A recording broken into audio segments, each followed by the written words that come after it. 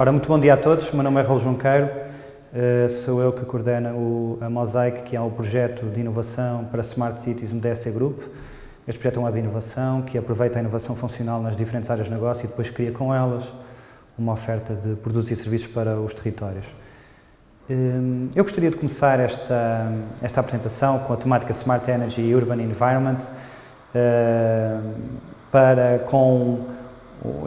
e tendo em conta aquilo que é a altura tão específica que vivemos, com uma frase de António Gideão dizendo que quando o homem sonha, o mundo pula e avança. E é mesmo isto a mensagem principal que quero deixar nesta intervenção, que obviamente será diferente de todas as outras. Dizendo que é efetivamente à volta das pessoas, à volta dos cidadãos, que tudo acontece, tudo é desenhado e as Smart Cities devem ter como propósito último essa mesma vontade, essa mesma capacidade de criar pelo homem, porque o sonho comanda a vida. E quando esse sonho acontece, os fenómenos de transformação, sejam eles quais forem, mais do ponto de vista antropogénico, são depois disseminados nas suas diferentes formas e vertentes. E, portanto, gostaria de dizer que hoje em dia o mundo está a mudar muito.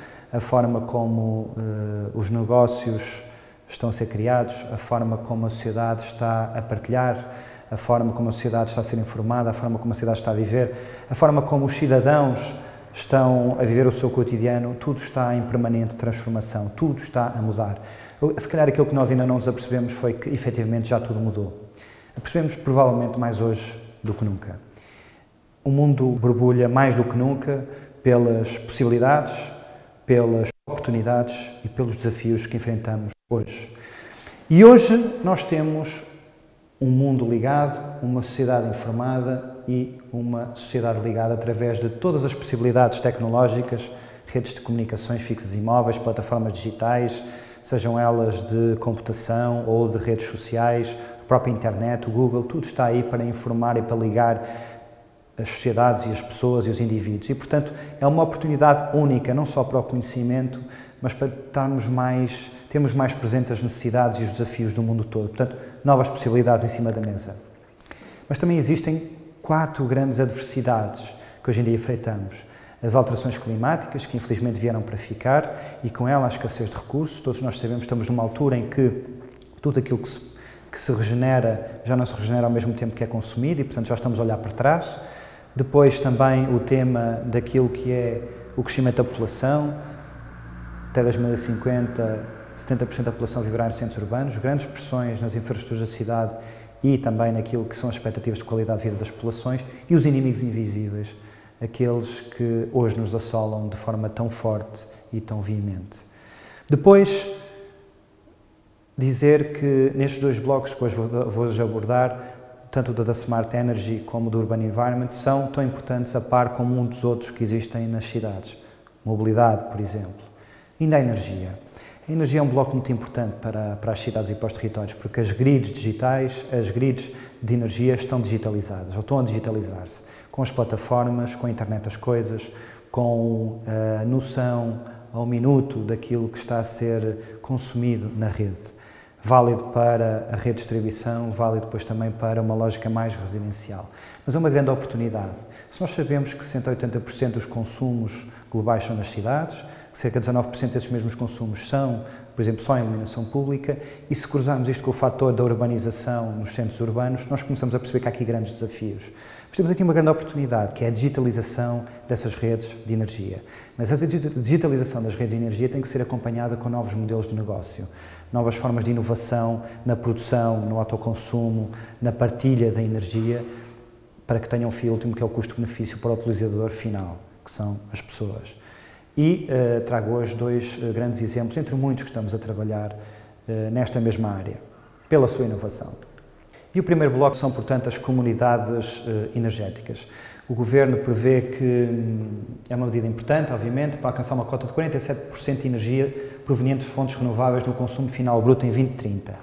Uma grande meta e uma grande ambição que, através daquilo que foi a portaria que foi lançada e daquilo que é a concepção e a ideia com base nessa mesma portaria, daquilo que estamos ou que vai ser proporcionado para todo o território nacional. E, portanto, as comunidades energéticas é de facto um passo em frente. E é um passo em frente porque os membros dessa comunidade de energia renovável vão ser pessoas individuais ou coletivas, empresas ou autoridades locais, desde que estejam localizados nas proximidades dos projetos de energia renováveis.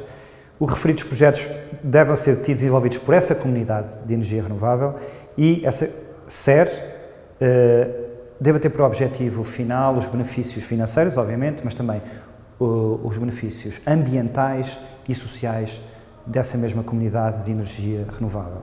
Eu diria também que a grande vantagem desta comunidade de energia renovável é a otimização dos benefícios financeiros decorrentes do investimento em energia solar, na medida em que permite que a produção de várias unidades fotovoltaicas seja partilhada por vários membros da comunidade, minimizando assim a injeção de excedentes na rede elétrica a baixo custo. Ou seja, vamos aqui caminhar para um modelo claramente de partilha, de consumo, de autoconsumo e, portanto, vamos olhar aqui também para fenómenos um pouco diferentes, como, por exemplo, os prosumers, o consumidor-produtor. Portanto, são tudo, digamos que, novas formas de analisar a área. Aqui é apenas um esquemático, nós temos aqui a rede elétrica pública tal e como existe e a rede elétrica física que existirá no âmbito dessas comunidades de energia, que irão produzir essas energias com base em centrais fotovoltaicas que podem ser instaladas na cobertura do edifício ou numa área localizada, para essa mesma comunidade energética e que depois poderão partilhar esse excedente da forma que entenderem, de comunidade para comunidade, sempre com uma relação própria com aquilo que é a rede pública propriamente dita. Portanto,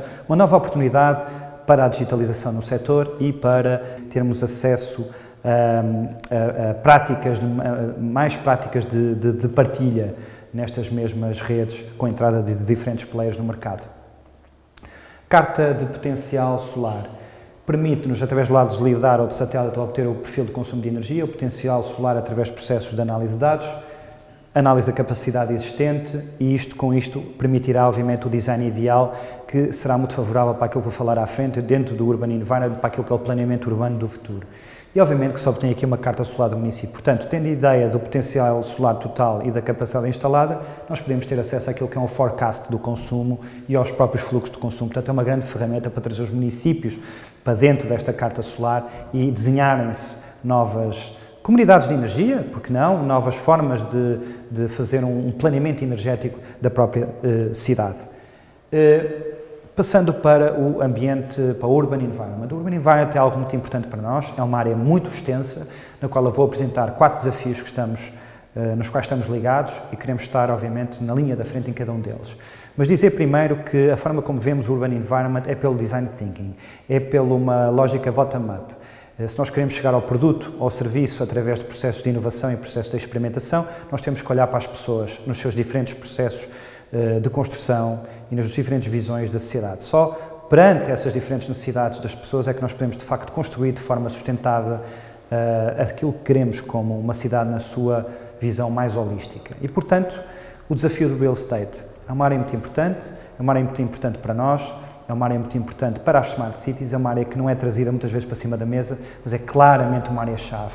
Porque é a área que percepciona aquilo que é o edificado do futuro, a sua utilização, o que é que deve ter e, portanto, a digitalização, o bem-estar no local de trabalho, o coworking, o próprio conceito de smart building tem que estar neste trabalho do real estate. Transformação das operações imobiliárias no setor público através da digitalização, que é um grande operador de imobiliário, a maior fatia. As fintech e as proptech devem ser abraçadas por este setor do real estate. Por exemplo, se antigamente, por exemplo, uma empresa de real estate não tinha um sítio, agora pode e deve ter. E, portanto, estas startups, através das suas plataformas digitais, seja de um ângulo financeiro ou de análise da propriedade, podem e devem ser acarinhadas por estes setores de negócio. E é provavelmente que isto traz novas oportunidades de negócio para a própria cidade digital. E, para acima de tudo, é um player, é um bloco da proposta de valor para a construção. Real estate para a definição dessa cidade do futuro. E com o real estate está também o planeamento urbano que deve ver na reabilitação urbana como uma nova oportunidade de manter as fachadas e as arquiteturas com novos materiais e novas tecnologias incorporadas, é uma grande oportunidade que está aí. A necessidade, obviamente, é uma visão que nós temos de uma plataforma de planeamento urbano que usa diferentes stakeholders individuais e coletivos, públicos e privados, para que diferentes fontes de informação e de engagement desses players naquilo que é o planeamento urbano possam todos encontrar uma plataforma onde se encontram em comum, com diferentes vontades, diferentes projetos, diferentes processos, diferentes formas de abordar a cidade, e se devia existir uma plataforma assim para todos planearem da melhor forma o urbanismo da cidade, incentivando as ferramentas digitais para futuros concursos públicos. Eu aqui falo, obviamente, no Building Information Modeling, que deveria ser obrigatório na contratação nos contratos públicos, ver claramente as vantagens que tem tido na implementação no Reino Unido e em Singapura, só para dar um exemplo, e perceber que as empresas e as suas ofertas tecnológicas vieram aqui para dar apoio aos municípios, para terem uma visão mais holística e sustentável também naquilo que é o planeamento urbano. E, portanto, entre o público e o privado há compromissos do público na construção de parcerias público-privadas cedo na definição das estratégias de Smart Cities, apostar na economia circular e da partilha, nova regulação e, muito importante, fundos apropriados para as Smart Cities, apostar nestas alavancas, nestas possibilidades. Do lado privado, a construção dessa parceria entre o público e o privado com o roadmap sustentável e à prova de futuro, envolver os cidadãos em todas as passos, etapas do processo e o desenvolvimento de projetos sustentáveis, entroncando sempre o público e o privado numa construção de confiança mútua no desenvolvimento destes projetos, não é? Envolvendo os cidadãos e alavancando tecnologia. Esta é a proposta de valor que tanto o bloco do real estate como do planeamento urbano, para uma visão mais holística, pode e deve trazer para cima da mesa. Da mesma forma que os smart buildings são muito importantes para nós e nós temos estado a trabalhar muito nesta área, na linha da frente também. Do ponto de vista mais científico e de investigação, com a Universidade do Minho, o Instituto para a Biosustentabilidade, estamos a trabalhar as novas técnicas de construção, offset assembly, 3D printing, additive manufacturing, novas formas de construir e de utilizar materiais. Utilizando o BIM, como a empresa da ST tem uma equipa 100% dedicada a isso, na construção e depois na operação e na manutenção. Na construção, obviamente na agilização dos processos e das especialidades, mas depois na operação e na manutenção, porque isto tem muitos custos que estão ligados a essa outra etapa da manutenção e nós sabemos como é que devemos resolver esse problema. E depois na construção modular, porque temos essa capacidade e esse know-how, e a construção modular é, como o nome diz, pode ser modular, pode ser vários propósitos, residencial, privado, para diferentes setores de atividade económica, e nós temos essa capacidade de utilizar com base em visão indústria 4.0 e também na customização do produto. Depois, um passo mais à frente, que é no Digital Twin, através do BIM e do modelo digital, na criação de um modelo 100% digital que em si coleta toda a informação de todo o edifício, das suas diferentes especialidades e também de toda a sensorização que pode incorporar, qualidade do ar, resíduos, energia, etc. E também que esse modelo digital seja um processo simplex também no poder municipal e facilitar a submissão de próprios projetos em todas as complexidades que nós sabemos que existem a esse nível. E a produção de indicadores. Um edifício do futuro é aquele que é, do ponto de vista energético, mais sustentável, que tem os materiais mais sustentáveis, que a qualidade do ar é monitorizada, a intensidade luminosa também por causa dos ritmos circadianos, enfim, uma panóplia de inovações, e também sabemos o grau de utilização desse mesmo edifício. Agora, por que não, com toda essa inteligência desse edifício que é smart, podemos casar isso com, por exemplo, consoante o grau de utilização, também se calhar sabemos onde colocar sistemas de bike sharing, porque sabemos que há muita afluência de pessoas naquele edifício, se for efetivamente grande ou muito utilizado, ou grande afluência porque tem vários setores de atividade lá dentro. Ou ligar com plataformas de mobilidade como a Uber, ou a Cabify ou outras, na lógica de, conforme for o fluxo de pessoas que já se sabe que existe, através desses dados, poder adequar a oferta e a procura nas proximidades desse mesmo edifício. E, portanto, se uma imagem vale mais do que 1000 palavras, um modelo vale mais do que 1000 imagens. A parte do espaço público, muito importante, uma imagem do The Vessel em Nova Iorque, é apenas uma imagem entre tantas, porque há passadiços, há pontos pedonais, há muitos exemplos de espaço público, é um vetor importante como o da construção, na lógica do smart building, ou do real estate, ou do planeamento urbano, ou da energia, ou da mobilidade. Porquê? Porque nós temos que olhar para as cidades em termos de city design, estética urbana, arte e arquitetura. Na arte temos feito, através do projeto Exposente Smart City, onde ligamos matricialmente o projeto tecnológico dos pilares da Mosaic com as instalações artísticas. Mostraremos isto em alguns segundos à frente. O city design, a estética urbana e a arquitetura. Richard Florida, o economista, diz que, para além dos serviços normais numa cidade, como a saúde, educação, saneamento, entre outras, o pilar da estética e da criatividade são pilares muito importantes para as cidades se transformarem em algo mais atrativo, não só do ponto de vista estético, mas para chamar mais pessoas para se estabelecerem nos territórios e fazer crescer a população e o dinamismo económico dessa mesma população. Portanto, a preocupação com essa estética urbana e com o funcionalismo deste mesmo espaço público é fundamental, é um pilar que nós estamos a trabalhar com muito rigor.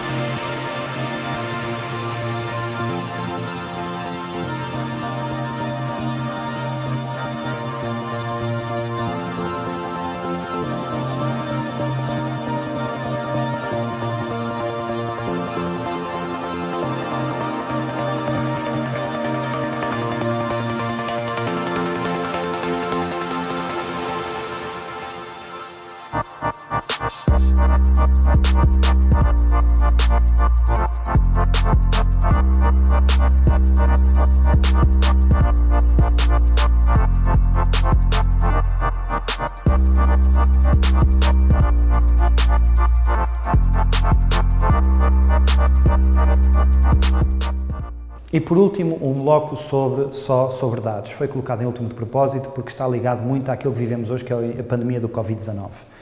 Os dados são o petróleo do século XXI, como dizia Neelie Kroes, é o petróleo da era digital e a nova moeda de troca de democracia, sem dúvida nenhuma.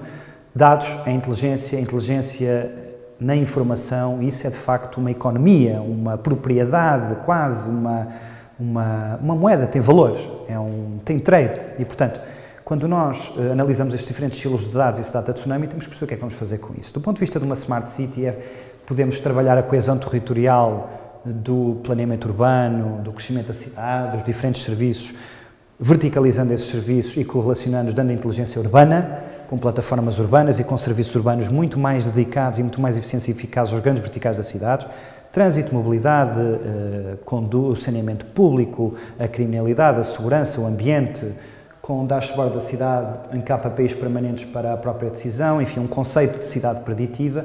E este conceito de cidade preditiva que eu quero trazer hoje aqui em particular para cima da mesa. E porquê? Porque se nós, por exemplo, olharmos aqui para uma panóplia de informação, como por exemplo aqui o padrões de mobilidade na Europa, um mapa antropogénico que nos dá aqui um conjunto de informações em áreas urbanas, em rotas, nas diferentes rotas de transporte pelo mundo, a quantidade de pandemia, dos focos epidémicos no planeta, a importância das redes móveis e dos dados das redes móveis também para tentar resolver este problema, a forma como nós conseguimos saber um mapa e a densidade populacional do mapa, por exemplo, Portugal, ou com os censos, ou, caso deste, do mapa B, com os dados GSM, ou do mapa C, com base nos dados das infraestruturas existentes e de ambiente, nós conseguimos, de facto, aqui uma panóplia de informação. E, portanto, o que eu quero dizer aqui é que, e tendo em conta uma notícia muito recente, onde, se não me engano, da revista Forbes, tem um par de dias, há cerca de 45 Smart Cities no mundo inteiro que estão a dedicar os seus centros de operação integrado para os seus centros de controle da cidade para combater a pandemia. E, portanto, nós queremos tornar as Smart Cities como parte da proposta de valor de resolução deste problema na sua dimensão. Se estas Smart Cities conseguirem trabalhar bem os dados, conseguirão, obviamente, dar uma resposta ao alastrar desta pandemia e proteger as pessoas e o seu bem-estar e a sua segurança. Se nós conseguimos correlacionar todos estes dados, vamos ter ferramentas analíticas de previsão de coisas. Podemos saber o vírus, o que é, a velocidade com que se propaga, quais são as faixas etárias mais atacadas, quais são, por exemplo, os equipamentos nas cidades que são mais precisos para combater esta pandemia, quais são os utensílios ou as ferramentas mais precisas neste tipo para atacar esta pandemia, quais são os equipamentos que estavam a ser utilizados para outros fins e agora estão a ser alocados para combate esta pandemia. Portanto, toda esta informação ajudará de forma preditiva a tentar colmatar o problema ou mitigar o problema na sua chegada a determinado país. Mas isto só acontecerá se realmente tivermos uma visão sobre a importância destes dados. Não só estes que estão aqui, mas muitos outros. Há N artigos agora que estão a ser escritos sobre, por exemplo, a autorização dos dados móveis das pessoas, não das pessoas, mantendo o anonimato, mas perceber as manchas e os fluxos e as movimentações e as mobilidades para saber se as pessoas, há comportamentos perigosos por causa da propagação de tudo isto, a mobilidade, enfim, pegar nesta informação para prevenir e para ajudar a colmatar esta mesma pandemia. As Smart Cities, na minha opinião, têm um papel fundamental, mais do que nunca percepcionado, para combater e para ser um bloco-chave na resolução do problema. E, portanto, terminaria a minha intervenção com uma imagem que só a arte pode dar e transmitir. E, como podem ver aqui nestas imagens, é uma peça de um homem em cima de uma pedra, uma escultura de Fernando Leiro, um escultor galego e reconhecido, e que se chama, desde que foi concebida na altura, Hércules. E, portanto, isto é tudo, obviamente, uma instalação antes do Covid-19. Mas eu vou citar agora o presidente, o PCA do DST Group, o engenheiro José Teixeira, dizendo que nada acontece por acaso e que este Hércules, filho de Zeus, na mitologia grega, tornou-se conhecido por ter deixado o mundo mais seguro para a humanidade ao destruir os diversos monstros perigosos e apareceu efetivamente para nos ajudar. Temos aqui então a força física hiperbolizada em Hércules para sacudir o vírus para o seu lugar, para o inferno e ser incinerado sem piedade. E portanto é com esta última nota artística e metafórica que termina a minha intervenção. Muito obrigado.